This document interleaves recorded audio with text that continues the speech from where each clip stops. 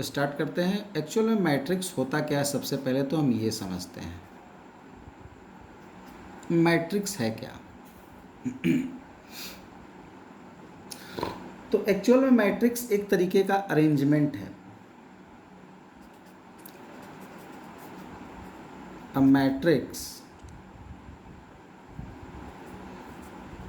Is an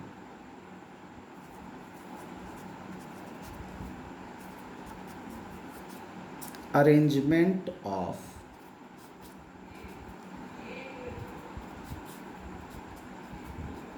a system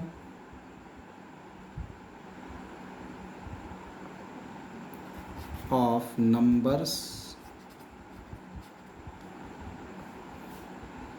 in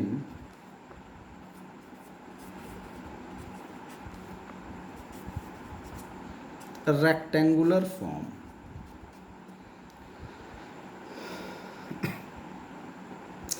matrix एक तरीके का अरेंजमेंट है of a system of numbers in rectangular form. क्या मतलब हुआ इसका, सिंपली इसको समझ लेते हैं। जैसे मान लो अपने पास, इसकी डिफिनीशन को समझने के लिए अपने पास सपोज कर लो कि एग्जांपल लेके समझते हैं कि अपने पास कुल सपोज कर लो कि 6 नंबर हैं। मान लो नंबर क्या है, A B C D E F, ये 6 नंबर्स मान लो अपने पास दिए हुए हैं, या सिस्टम सिंबल कुछ भी बोल सकते हो। इन 6 नंबर्स को रेक्टेंगुलर फॉर्म में अरेंज करने का क्या मतलब हुआ। रेक्टेंगुलर फॉर्म में अरेंज करने का मतलब हुआ कि जैसे मान लो हम ऐसे लिख दें A B C D E F, ये देखो रेक्टेंगल टाइप का शेप हो गया, एक रेक्टेंगुलर शेप दिखाई दे रहा है। जैसे देखो ये सबको अगर हम ज्वाइन कर दें इसके बाउंड्री वाल को, तो एक रेक्टेंगल टाइप की फीलिंग आ गई। या हम ऐसे लिख सकते हैं A B C D E F, ठीक है। तो इस तरीके से जो इन 6 का हमने अरेंजमेंट किया, ऐसे ही रेक्टेंगुलर अरेंजमेंट को, रेक्टेंगुलर फॉर्म में अरेंजमेंट जो किया गया, इसी अरेंजमेंट को ही हम लोग क्या कहते हैं, मैट्रिक्स कहते हैं। तो मैट्रिक्स क्या है, एक अरेंजमेंट है सिस्टम ऑफ नंबर्स का रेक्टेंगुलर फॉर्म में, इस तरीके के फॉर्म में। और अब इम्पॉर्टेंट क्या है कि इन नंबर्स को रेक्टेंगुलर फॉर्म में अरेंज करके हमें एक ब्रैकेट में रखना पड़ता है। स्क्वायर ब्रैकेट टाइप का ब्रैकेट है, उसमें रख दिया, यहाँ पर हमने इसमें ब्रैकेट रख दिया इस तरीके से। अब देखो तुम यहाँ पर एक चीज़ देखो, ये जो ABCDEF लिखा हुआ है, हम इस तरीके से भी ऐसे लिख सकते थे, AB कॉमा नहीं लगाएगा, सॉरी, ABCDEF, और हमने यहाँ पर भी क्या लगा दिया, एक ब्रैकेट लगा दिया। तो ये भी तो एक रेक्टेंगल हो गया, ये भी तो एक रेक्टेंगुलर शेप ही है, ये देखो एक रेक्टेंगुलर शेप हो गया। अभी मैट्रिक्स के जो टाइप्स होंगे उनमें सबकी चर्चा करेंगे हम लोग आगे। तो ये जो अपने पास अरेंजमेंट का जो प्रोसेस है रेक्टेंगुलर फॉर्म में, और इस ब्रैकेट के अंदर लिख करके जो रखा गया, इसी अरेंजमेंट को क्या नाम दिया जाता है, मैट्रिक्स नाम दिया जाता है। इसमें हर चीज़ अभी आगे लिखवाते हैं। ये वाली जो लाइन होती है, ये वाली जो लाइन होती है, जैसे ये AB एक लाइन में है, CD एक लाइन में है, EF एक लाइन में है, इन लाइंस को कहा जाता है रो। ये लाइंस क्या हैं, रो। रो, जैसे यहाँ पे ये लाइन क्या कहलाएगी, रो, ये लाइन क्या कहलाएगी, रो।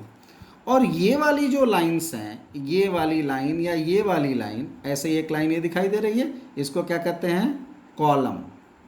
ये वाली लाइन यहाँ पे क्या कहलाएगी, कॉलम। ये वाली भी लाइन क्या कहलाएगी, कॉलम। ये वाली भी लाइन क्या कहलाएगी, कॉलम। इस वाले में अगर इस मैट्रिक्स को देखा जाए तो इसमें ये लाइन क्या है, रो। ये वाली लाइन क्या है, कॉलम। ये वाली भी लाइन क्या है, कॉलम। ये वाली भी line column, column, column, column. तो इस तरीके से जो हॉरिजॉन्टल नंबर्स हैं, हॉरिजॉन्टल जो यहाँ पर अरेंजमेंट हुआ है, AB या इधर ABC या इधर ABCDEF, तो इन हॉरिजॉन्टल अरेंजमेंट्स को हम लोग क्या नाम देते हैं, रो। और जो वर्टिकल ये अरेंजमेंट्स नंबर्स हैं, ये क्या कहलाते हैं, कॉलम। जब ये सबसे पहला वाला जो रो है, इसको हम लोग R1 से डिनोट करते हैं, यानी फर्स्ट रो। इसको हम लोग R2 से डिनोट करते हैं सेकेंड रो, इसको R3 से डिनोट करते हैं। इसी तरह से यहाँ पे इसको R1 बोलेंगे, इसको R2, और ये पहला वाला जो यहाँ पर है इसको C1 कॉलम 1, इसको column 1, column 2, column 3, column 4, column 5, column 6। तो ये जो अरेंजमेंट हुआ नंबर्स का, यहाँ पर जो भी ये 3 एग्जाम्पल हमने लिखा, इन तीनों एग्जाम्पल्स में हम ये 6 नंबर ABCDEF हैं, इन्हीं 6 नंबर का हम लोगों ने रेक्टेंगुलर अरेंजमेंट किया और इस रेक्टेंगुलर अरेंजमेंट को स्क्वायर ब्रैकेट में रख दिया। इसी प्रोसेस को या इसी अरेंजमेंट को हम लोग कहते हैं मैट्रिक्स।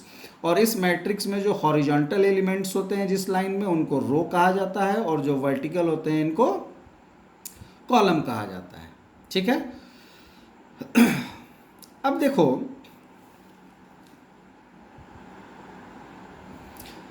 उन सारी बातों को अब एक साथ हम लोग एक तरीके से लिखते हैं।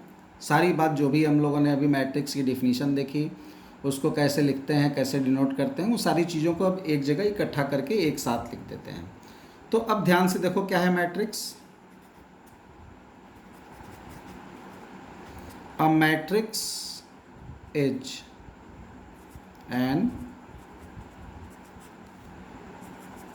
arrangement of a system of mn numbers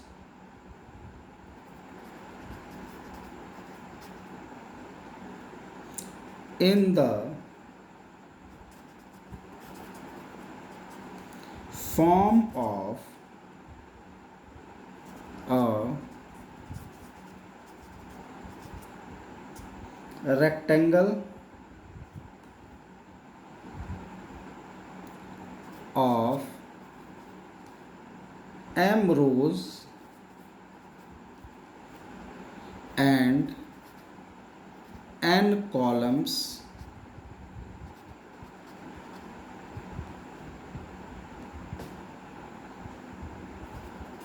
and we call this matrix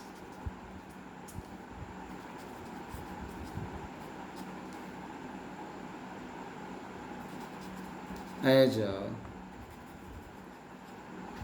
matrix of m cross n order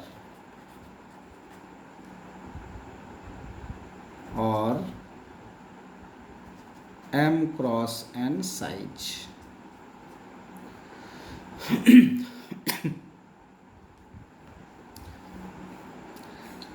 जैसे हमने 6 नंबर लिया था, तो यहाँ पर क्या बोल रहा है कि आपको mn नंबर ले लो। mn मतलब कोई भी संख्या हो सकती है, जैसे 6 था तो जो 6 नंबर था, तो हम लोग 6 में क्या कर रहे थे, अभी 2 और 3 वाला एग्जाम्पल देखा और 6 वाला एग्जाम्पल देखा।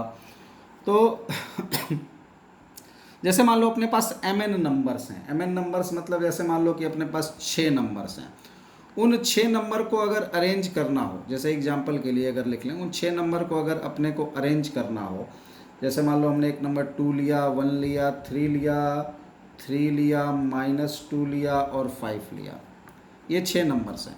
इन 6 नंबर्स को हमने स्क्वायर ब्रैकेट में लिख दिया, रेक्टेंगुलर फॉर्म में इसको अरेंज कर दिया। तो कैसे रेक्टेंगुलर फॉर्म में अरेंज किया, तो ये जो रेक्टेंगुलर फॉर्म बना, तो इसमें 2 रो हैं और 3 कॉलम हैं।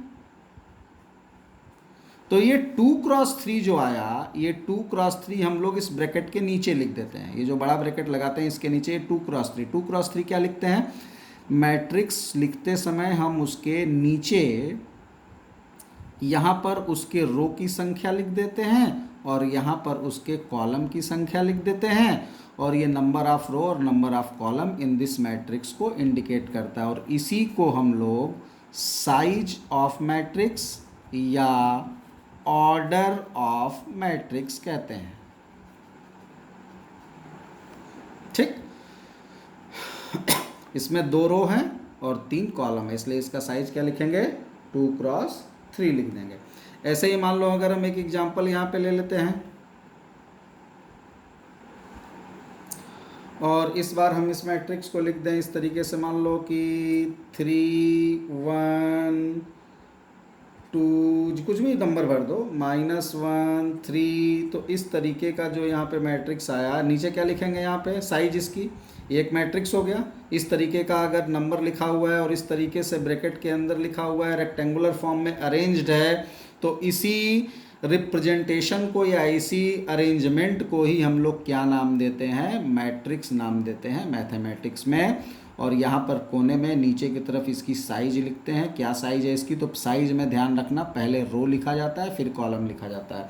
तो इसमें कितने रो हैं, तो 1 2 3 रो हैं और ये 2 कॉलम है, तो ये तुम्हारा फर्स्ट रो हो गया। ये रो ऐसे आपको लिखना नहीं है, ये हम आपको बता दे रहे हैं कि ये first row, second row, third row कहलाएगा, ये आपका पहला कॉलम, ये दूसरा कॉलम कहलाएगा। तो इस मैट्रिक्स में 3 रो हैं और 2 कॉलम हैं, तो इस मैट्रिक्स की साइज क्या हो जाएगी, 3x2।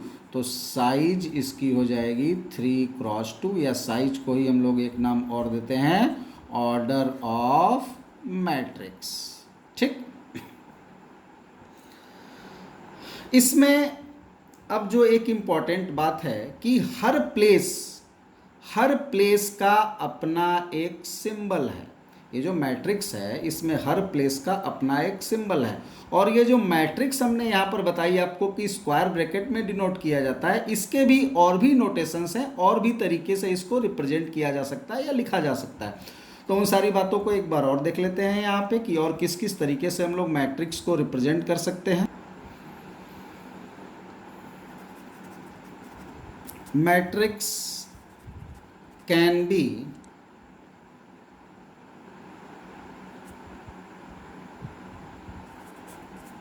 represented in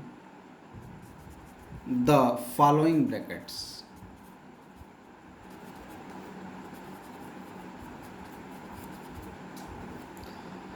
मैट्रिक्स को हम लोग कई तरीके से, एक तो हमने अभी बताया आपको कि स्क्वायर ब्रैकेट में भी डिनोट कर सकते हो, सबसे ज़्यादा आपको यही वाला ब्रैकेट मिलेगा अभी आपके आईटी लेवल तक। आगे आप हायर स्टडी करते हो मैथमेटिक्स की, तो वहाँ पे और भी नोटेशंस आपको मैट्रिक्स के मिलेंगे। तो वहाँ पर जो एक नोटेशन आप ये भी यूज़ कर सकते हो, स्मॉल ब्रैकेट, ये ब्रैकेट भी आप यूज़ कर सकते हो, कहीं कहीं पे ये ब्रैकेट भी आपको मिलेगा यूज़ किया हुआ, या एक ब्रैकेट और भी यूज़ किया हुआ कहीं कहीं मिलेगा। कुछ फॉरेन राइटर्स की बुक्स वगैरह में इस तरीके के भी सिंबल्स मिलते हैं। आप इस तरीके से डबल बार खींच दो, 2 लाइन खींच दो, इधर 2 लाइन खींच दिया, इधर 2 लाइन खींच दिया, और एलिमेंट को इसके बीच में लिख दिया। यानी कि हम नंबर अगर इस तरीके से लिख दें 2 3 1 4 1 5 3 6 0, और बोलें कि ये एक मैट्रिक्स है, तो अच्छी बात है, ये एक मैट्रिक्स है। साइज इस मैट्रिक्स की कितनी है, तो 3 रो दिखाई दे रहे हैं और 3 कॉलम दिखाई दे रहे हैं, तो 3x3 इसकी क्या हो जाएगी, साइज। तो ये क्या रिप्रेजेंट करता है, एक मैट्रिक्स को रिप्रेजेंट कर रहा है। इसी अरेंजमेंट को ही मैट्रिक्स कहते हैं। तो टोटल यहाँ पर 9 एलिमेंट थे, उस 9 एलिमेंट को हमने 3x3 के फॉर्मेट में रिप्रेजेंट कर दिया। यही वहाँ पे मतलब था कि mn एलिमेंट को m रो और n कॉलम के रेक्टेंगुलर फॉर्मेट में अरेंज करना, यही उसका मतलब था। यहाँ पर टोटल 9 एलिमेंट थे, इसके पहले जैसे 6 एलिमेंट थे, पीछे जाकर के वीडियो में देखो 6 एलिमेंट वाला भी एग्जाम्पल हमने लिया था। 6 एलिमेंट थे, तो 6 एलिमेंट को हम 2 3 फॉर्म में भी लिख सकते थे, 3 2 फॉर्म में भी लिख सकते थे, 2 × 3 भी 6 होता है, 3 × 2 भी 6 होता है। यहाँ पे 3 × 3 9, यानी 3 3 का हमने 3 रो और 3 का 3 कॉलम के फॉर्मेट में इसको रिप्रेजेंट कर दिया। यहाँ पर इस मैट्रिक्स को हम लोग ऐसे भी डिनोट कर देते तो भी हम इसको मैट्रिक्स ही कहते हैं। यहाँ पर 2 3 1 और 4 1 5 और यहाँ पे 3 6 0, और यहाँ पर इसका साइज लिखते थे 3x3। ये मैट्रिक्स, ये भी आपको क्या कहलाएगा, मैट्रिक्स कहलाएगा। ऐसे ही इस तरीके से भी आप रिप्रेजेंट कर सकते थे। ये डबल आप यहाँ पे लाइन खींच लिए, इसको 2 3 1, यहाँ पर 4 1 5 और यहाँ पे 3 6 0, और अब इस लाइन को आप यहाँ पर डबल लाइन से पैक कर दो। ये भी आपका क्या हो गया, मैट्रिक्स को ही रिप्रेजेंट करा। तो ये तीनों के तीनों एक ही मैट्रिक्स को रिप्रेजेंट करते हैं। ठीक है, तो ये रहा मैट्रिक्स का डिफिनीशन, और ये है मैट्रिक्स को रिप्रेजेंट कैसे किया जाता है। मैट्रिक्स में कितने रो होते हैं, कितने कॉलम होते हैं, उनकी गिनती कैसे करते हैं, और मैट्रिक्स को लिखते कैसे हैं। तो मैट्रिक्स का जो ऑर्डर लिखा जाता है ये हमने अभी बता दिया।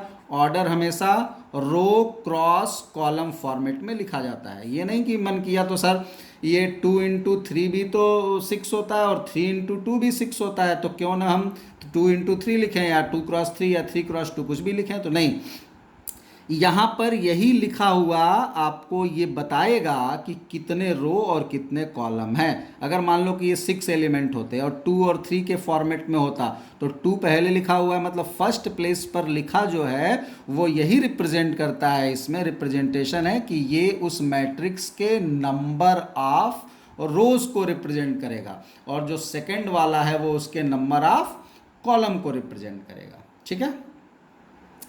अब यहाँ पर एक और इम्पॉर्टेंट चीज जो आती है उस पर थोड़ा सा ध्यान में रखिए कि मैट्रिक्स एक नंबर नहीं है। सबसे पहले तो ये ध्यान रखो, मैट्रिक्स क्या है, एक अरेंजमेंट है। मैट्रिक्स क्या है, एक अरेंजमेंट है, वो एक नंबर नहीं है। तो कुछ पॉइंट्स यहाँ पे रिमार्क में ध्यान में रखने की जो है,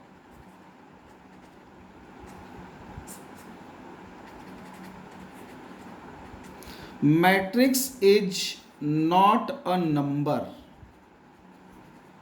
मैट्रिक्स खुद कोई नंबर नहीं है। ठीक है। दैट मीन्स क्या मतलब है इसका, that means it has no any numerical value. इसकी अपनी कोई न्यूमेरिकल वैल्यू नहीं होती। ये नहीं कि जैसे सर ये जो मैट्रिक्स यहाँ पर लिखा है इसकी वैल्यू कुछ देर बाद कुछ कैलकुलेशन करके कुछ सॉल्व करके 6 आ जाएगी, नहीं, वो गलत है। ये रिप्रेजेंटेशन ही मैट्रिक्स है। ये जो यहाँ पर हमने रिप्रेजेंट किया इसी को ही मैट्रिक्स कहते हैं। इसको सॉल्व करके न तो नंबर में कन्वर्ट कर सकते हैं, न तो न्यूमेरिकल वैल्यू इसकी कोई होती है, न तो इसके कोई रिजल्ट्स डायरेक्टली किसी फॉर्मेट में आने वाले हैं। यानी कि ये जो मैट्रिक्स लिखा हुआ है, अगर कोई बोले कि यार इस मैट्रिक्स को हम ये भी लिख सकते हैं, तो ऐसा कुछ नहीं लिख सकते। ये मैट्रिक्स हमेशा इसी फॉर्मेट में ही रहेगी, इसी रिप्रेजेंटेशन को ही हम लोग मैट्रिक्स कहते हैं। ठीक है। यहाँ पे जैसे मान लो कि अगर मान लो हमने यहाँ ब्रैकेट में लिख दिया 5 और इसकी साइज 1x1 लिख दी, ये क्या लिखा हुआ है जरा बताना। ये जो 5 और नीचे 1x1 लिख दिया तो ये एक मैट्रिक्स को रिप्रेजेंट कर रहा है। अब दिमाग में आया कि सर ये तो अकेला बेचारा इकलौता एक नंबर है, तो हम इतने समस्या में क्यों पड़े, हम इसको सीधे 5 लिख दें। तो देखो यहाँ पर इन दोनों में डिफरेंस है। ये जो तुमने लिखा ये नंबर लिखा हुआ है, क्या लिखा हुआ है, नंबर लिखा हुआ है। और ये जो तुमने लिखा ये क्या लिखा हुआ है, ये एक मैट्रिक्स लिखी हुई है। ये दोनों आपस में इक्वल नहीं हो सकते। ठीक है। ये नंबर है और ये मैट्रिक्स है। वही हमने ऊपर कहा कि मैट्रिक्स किसी नंबर फॉर्मेट में रिप्रेजेंट नहीं किया जा सकता। ये कोई नंबर नहीं होता, ये एक तरीके का सिंबल होता है। ठीक है, एक तरीके का अरेंजमेंट है। जैसे यहाँ पर एक एलिमेंट को हमने रेक्टेंगुलर फॉर्म में अरेंज किया। बोलोगे सर एक एलिमेंट को रेक्टेंगुलर फॉर्म में कैसे अरेंजमेंट किया, तो देखो ये एक रेक्टेंगल जैसा शेप बन गया।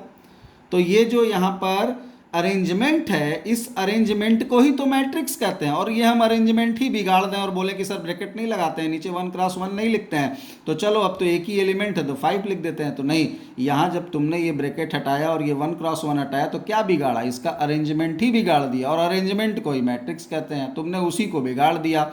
तो यहाँ पर ये और ये दोनों एक दूसरे के बराबर नहीं हो सकते। ठीक है। अब इसमें जो दूसरी इंपॉर्टेंट बात है वो क्या है, ये देखो कि प्लेस का सिंबल और मैट्रिक्स को किस तरीके से लिखा जाएगा। ठीक है, उन दोनों चीजों को देखो। प्लेस का सिंबल मतलब क्या, जैसे कोई भी मैट्रिक्स जो होती है, जैसे हम मान लो एक मैट्रिक्स यहाँ पर छोटा सा एग्जांपल लेकर के पहले लिखते हैं, हालांकि बहुत बार एग्जांपल बता चुके हैं। जैसे मान लो हमने यहाँ पर एक एलिमेंट 2 लिख दिया, एक एलिमेंट 3 लिख दिया, एक एलिमेंट 1 लिख दिया, यहाँ -3 लिख दिया, यहाँ पर 4 लिख दिया, यहाँ पे 5 लिख दिया। ठीक, ये जो मैट्रिक्स यहाँ पर लिखी गई है, इस मैट्रिक्स में ये जो 2 यहाँ पर लिखा हुआ है, इस 2 के प्लेस का एक नाम है, एक सिंबल है, एक मीनिंग है। क्या मीनिंग है, तो ये जो 2 है ये किसका एलिमेंट है? पहले वाले रो का और पहले वाले कॉलम का। ये 2 किसका एलिमेंट है? फर्स्ट रो का और फर्स्ट कॉलम का एलिमेंट है। यानी ये जो प्लेस है, इस प्लेस का क्या सिंबल है? R1C1। इस प्लेस का क्या सिंबल है? R1C1। ये जो एलिमेंट 3 है, इसका क्या प्लेस है? R1। ये पहले वाले रो का है, लेकिन कॉलम इसका बदल गया, इसका कॉलम क्या है? C2। तो इस प्लेस को क्या बोलेंगे? R1C2। ऐसे ही ये प्लेस क्या कहलाएगा? R1C3। ये प्लेस क्या कहलाएगा? तो अब ये सेकंड वाले रो में चला गया, सेकंड वाले रो का एलिमेंट हो गया, और फर्स्ट वाले कॉलम का तो पहले रो बोलेंगे और बाद में कॉलम बोलेंगे। ये याद रखना, लिखते समय भी ऐसे ही लिखेंगे और बोलते समय भी ऐसे ही बोलेंगे, पहले रो और बाद में कॉलम। यानी हम अगर ऑर्डर किसी मैट्रिक्स की बोल दिए कि 3x2 मैट्रिक्स है, तो सुनने वाला ये समझ जाता है कि इसने पहले 3 बोला, इसका मतलब कि इस मैट्रिक्स में 3 रो हैं। तो आप अपने हिसाब से इसको चेंज नहीं कर सकते, ठीक है, क्योंकि ये यूनिवर्सली इस तरीके से फ्रेम किया गया है ताकि हर व्यक्ति, हर आदमी, हर स्टूडेंट उस सिंबल को सुन करके उसको कंप्लीटली एक ही जैसा लिख पाए। अब कोई बोले कि 2x3 की एक मैट्रिक्स बनाओ, अब कोई बोले कि यार 2 कॉलम हो सकता है कि रो हो सकता है, कि रो 3 कॉलम होगा कि रो होगा, तो अब यहाँ पर जो मैट्रिक्स बनेगी, क्या वो मैट्रिक्स यूनिक बनेगी? नहीं। कोई 2x3 में 2 रो और 3 कॉलम लेगा, कोई 3 रो और 2 कॉलम लेगा, तो ये कन्फ्यूजन क्रिएट हो जाएगी और मैट्रिक्स चेंज हो जाएगी। इसीलिए एक यूनिवर्सल मेथड बनाया गया मैट्रिक्स को लिखने का, कि हम लोग मैट्रिक्स को जो लिखेंगे या बोलेंगे वो पहले रो और बाद में कॉलम बोलेंगे, और कोई दूसरा जो यहाँ पे मेथड या कोई बहुत बड़ा यहाँ पे डेरिवेशन या थ्योरम नहीं है कि हम फर्स्ट वाले को रो क्यों बोल रहे हैं और सेकंड वाले को कॉलम क्यों बोल रहे हैं। बस यूनिवर्सली चीज़ें यूनिक रहें, बस इसी को ध्यान में रखते हुए ऐसा किया गया है। तो हर प्लेस का अपना एक सिंबल हो गया। तो इस 4 का क्या सिंबल हुआ? ये सेकंड रो और सेकंड कॉलम का है, तो इसको हम क्या बोलेंगे? R2C2 प्लेस है। ये कौन सा प्लेस है? तो ये R2C3 प्लेस है। तो इस प्लेस को हम लोग नाम देते हैं 1-1 प्लेस। क्या नाम देते हैं? 1x1 place, 1-1। रो कॉलम नाम लेने की जरूरत नहीं है, क्योंकि आप जान रहे हो कि पहले रो और बाद में कॉलम बोलेंगे। तो ये 1-1 है, ये 1-2 प्लेस है। 1-2 मतलब 1 पहले बोला, 2 बाद में बोला, मतलब पहला रो दूसरा कॉलम। ये 1-3 प्लेस है, मतलब पहला रो तीसरा कॉलम। ये 2-1 प्लेस है, दूसरा रो पहला कॉलम। 2-2 प्लेस है, दूसरा रो दूसरा कॉलम। 2-3 प्लेस है, दूसरा रो तीसरा कॉलम। तो हर प्लेस का अपना एक सिंबल है, अपना एक नाम है। ऐसे ही अगर मान लो कि हम यहाँ एक रिप्रेजेंटेशन करें इसको, मैट्रिक्स को, इस तरीके से A11, A12, A13, ठीक है, ये अब सिंबल के साथ लिख रहे हैं। 1-1 मतलब यहाँ पर ये प्लेस की का यहाँ पे रिप्रेजेंटेशन कर रहा है। इस प्लेस का जो सिंबल है उसको A है, मतलब यहाँ पर जो नंबर है वो 1-1 प्लेस वाला नंबर है। ये 1-2 है, ये 1-3 है। इसी तरीके से मान लो A1 और N लिख दिया।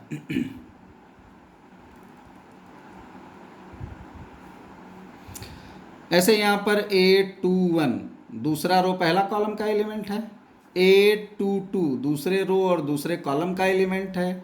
A23 दूसरे रो तीसरे कॉलम का एलिमेंट है। इसी तरह से दूसरे रो और nth कॉलम का एलिमेंट है, क्योंकि यहाँ हमने कहाँ ख़त्म किया था? 1n पर, मतलब n कॉलम लिया था इसमें, और रो तो पहला ही चल रहा था। यहाँ दूसरा रो था तो सब में A2 A2 A2 है, और कॉलम बदल रहा है, तो 1 2 3 से लेकर n तक हो गया। ऐसे ही मान लो यहाँ पर अगर लास्टली यहाँ पर M1 हो जाए, मतलब इसमें mth रो फर्स्ट कॉलम का element, mth row second column का element, mth row third column का एलिमेंट, और mth रो nth कॉलम का एलिमेंट। तो ये जो यहाँ पर मैट्रिक्स आई, इस मैट्रिक्स का साइज क्या हुआ? तो इसमें देखो m रो हैं और n क्या हैं? इसके कॉलम्स हैं। तो इस मैट्रिक्स की साइज क्या हो गई? m रो और n कॉलम्स इसके अंदर हो गए, तो इसको m क्रॉस n लिखा जाएगा। तो ये जो मैट्रिक्स हुई, इसमें m रो और n कॉलम है। इस तरीके का रिप्रेजेंटेशन ही मैट्रिक्स कहलाता है। इस लाइन को रो और इस लाइन को, वर्टिकल लाइन को, कॉलम बोल देंगे। अब यहाँ पर एक देखो, matrix can be written as, matrix को कैसे लिखा जाता है। जैसे मान लो इसी मैट्रिक्स को सिंबल से रिप्रेजेंट करना है, लिखना है, तो हम capital letter of English alphabet से पूरी मैट्रिक्स को डिनोट करते हैं। ध्यान से सुनना, पूरी जो मैट्रिक्स है, ये जो पूरा ये ताम तुमा तक्कड़ ताम झाम है, इस पूरे को हम लोग capital letter of English alphabet से रिप्रेजेंट करते हैं। फिर यहाँ पे एक ब्रैकेट लगाते हैं, स्क्वायर ब्रैकेट, उसके अंदर AIJ लिखते हैं और यहाँ पर लिख दिया M cross N। M cross N मतलब ये जो इसकी साइज लिखी हुई है यहाँ साइज, और ये AIJ, ये रिप्रेजेंट करता है किसको, एक मैट्रिक्स को। इस तरीके का अगर कहीं सिंबल आपको लिखा हुआ मिल गया, मतलब आप क्या समझोगे कि ये एक मैट्रिक्स लिखी हुई है। क्या लिखी हुई है, एक मैट्रिक्स लिखी हुई है।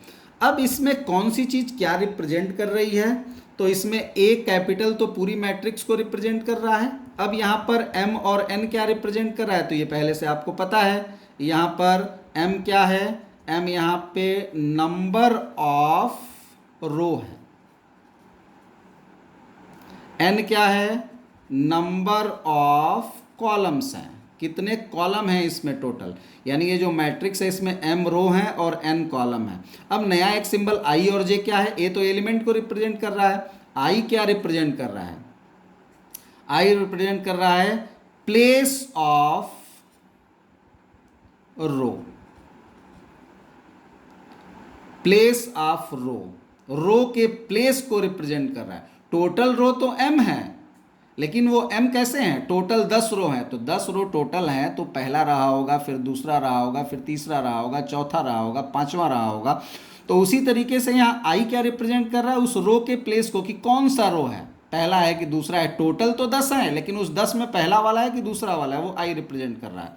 J क्या रिप्रेजेंट कर रहा है, प्लेस ऑफ कॉलम, कॉलम के प्लेस को रिप्रेजेंट कर रहा है। ठीक है। अब यहाँ पर I और J है क्या, तो उसको समझ लो। यहाँ पर जो I की वैल्यू है, यानी जो रो है, वो रो का प्लेस कभी भी M से ज़्यादा हो सकता है। जैसे मान लो कि एक मैट्रिक्स में 10 रो हैं, तो क्या कोई उस मैट्रिक्स का एलिमेंट 11th रो का हो सकता है क्या, यानी मैक्सिमम किस रो का हो सकता है, 10th रो का, और मिनिमम फर्स्ट रो का। ठीक, तो ये जो I है ये कहाँ से शुरू होगा, 1 से, और ख़त्म कहाँ पर होगा, M पर। और जो J है ये कहाँ से शुरू होगा, 1 से, और ख़त्म कहाँ पर होगा, N पर। जैसे यहाँ पर ये जो टोटल 2 रो और 3 कॉलम है, इसकी साइज जो 2x3 है, ये 2x3 में 2 क्या रिप्रेजेंट कर रहा है, नंबर ऑफ रो, और 3 क्या रिप्रेजेंट कर रहा है, नंबर ऑफ कॉलम को। ये 3 जो है वो क्या है, ये 3 है यहाँ पर A12, A12, A13, A21, A22, A23, यानी यहाँ जो IJ की वैल्यू है वो क्या है। अब देखो A2 तुम्हारा फर्स्ट प्लेस 2 है और सेकंड प्लेस 3 है, तो इसमें जब तुम भी इसका प्लेस बोलोगे तो तुम्हारा जो प्लेस होगा वो रो वाला वो 2 से ज़्यादा नहीं आएगा। ध्यान से देखो, ये क्या है, A11, 12, 13, 21, 22, 23, फर्स्ट प्लेस 2 से ज़्यादा नहीं हुआ। कॉलम देखो, तो यहाँ पे कॉलम में अगर बोलेंगे तो क्या बोलेंगे, कॉलम 3 से ज़्यादा नहीं होगा। ये पहला कॉलम, दूसरा कॉलम, तीसरा कॉलम, तो क्या हो जाएगा, ये 3 वाला, तो ये एलिमेंट कहाँ पे आ रहा है, 2, 3, इसमें 3 कॉलम है, तो यहाँ 3 पे ख़त्म हो रहा है। तो यहाँ जो J है, जो यहाँ एलिमेंट J लिखा हुआ है, ये J क्या कहाँ से कहाँ तक हो सकता है, तो मिनिमम 1 से लेकर मैक्सिमम N तक, और I जो हो सकता है वो 1 से लेकर M तक हो सकता है। तो ये आपके मैट्रिक्स को लिखने का तरीका हुआ, यही आपका कॉन्सेप्ट हुआ। ये जो यहाँ पर अंदर वैल्यूज़ हैं, ये जो नंबर लिखे गए हैं, यहाँ जो अंदर नंबर्स लिखे गए हैं, जैसे यहाँ हमने 2, 3, 1, -3, 4 और 5 लिखा, इन्हीं नंबर्स को हम लोग कहते हैं एलिमेंट्स या ऑब्जेक्ट्स ऑफ द मैट्रिक्स। क्या बोलते हैं, एलिमेंट या ऑब्जेक्ट ऑफ द मैट्रिक्स। तो यहाँ पर जो हमने लिखा A11, A12 से लेकर के AMN तक, ये क्या कहलाएंगे, are called elements of the matrix A। ये जो मैट्रिक्स ए है इसी के ये सब क्या कहलाएंगे, एलिमेंट कहलाएंगे, मेंबर या एलिमेंट या ऑब्जेक्ट।